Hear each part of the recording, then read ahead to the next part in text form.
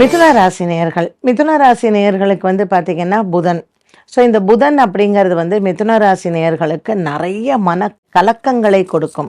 So தைரியம் அப்படிங்கிறது ஒரு பக்கம் அப்படின்னா கூட, ஒரு எப்பொழுதுமே ஒரு குடும்பத்திற்காக கவலைப்படுவதோ, அதுவும் மிதுன ராசியில் இருக்கக்கூடிய பெண்கள், அது திருவாதிரையாக இருக்கட்டும், மிருகசீர்ஷமாக இருக்கட்டும், இல்லைன்னா புனர்பூசமாக இருக்கட்டும், குடும்ப சுமையை எடுத்துக்கொள்ளக்கூடிய ஒரு தலையெழுத்து இந்த மிதுன ராசிக்கு உண்டு, அந்த புதனுக்கு உண்டானது.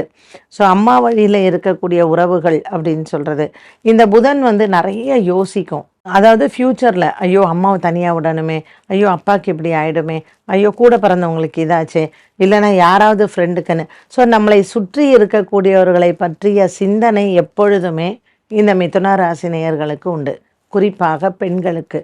ஸோ இந்த புதன் எப்பொழுதுமே ஒரு மனக்கலக்கம், இல்லை எப்போவுமே ஒரு மன சோர்வு, சும்மா வெளியில் தான் நம்ம தைரியமாக இருக்கிற மாதிரியான ஒரு நடிப்பு, இப்படி இந்த மிதுன ராசி பெண்கள் ஓட்டிடுவாங்க வாழ்க்கையை. இவங்களுக்கு என்ன பரிகாரம்?